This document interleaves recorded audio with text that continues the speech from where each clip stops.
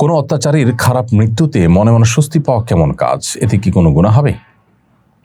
কেউ যদি অত্যাচার করতো মানুষের উপর, এরকম মানুষ মারা যায়, তার মৃত্যুতে স্বস্তি পাওয়াটা খুবই স্বাভাবিক একটি ব্যাপার।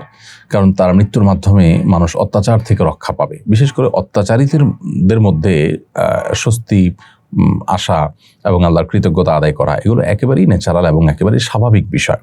তো এই কারণে এটাকে দোষের কোনো কিছু মনে করার কোনো কারণ নেই।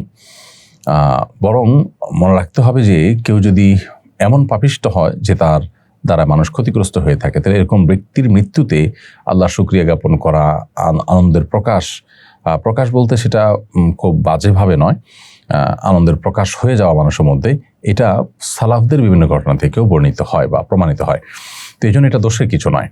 তবে এটা ঠিক যে সাধারণ একজন পাপিষ্ট মানুষ, সাধারণ একজন অমুসলিম, যিনি আসলে কারোর ক্ষতি সাধন করেছেন বা জুলুম করেছেন এমন নয়, বরং তিনি তার কুফরি বা তার ফিস্কটা তার নিজের উপরে বর্তায়, এরকম ব্যক্তির মৃত্যুতে আনন্দিত না হয়ে বরং তার জন্য অনুকম্পা হওয়া, যে লোকটা ইমান নিয়ে যেতে পারলো না বা আমরা সমাজের মানুষ তাকে ইমানদার বানাতে পারলাম না, এই জায়গা থেকে এক ধরনের অস্বস্তি বোধ করবে মানুষ, এটাই বরং স্বাভাবিক। তবে যেই কাফের, যে পাপিষ্ঠ ব্যক্তি অত্যাচারী, তার অত্যাচার থেকে মুক্তির কারণে মানুষের মধ্যে স্বস্তি আসা বা আনন্দের ভাব আসা, আল্লাহ শুকরিয়া জ্ঞাপন করা, এগুলো স্বাভাবিক। বরং যেটি বলেছি যে সালাফের বিভিন্ন আমল থেকে প্রমাণিত হয়।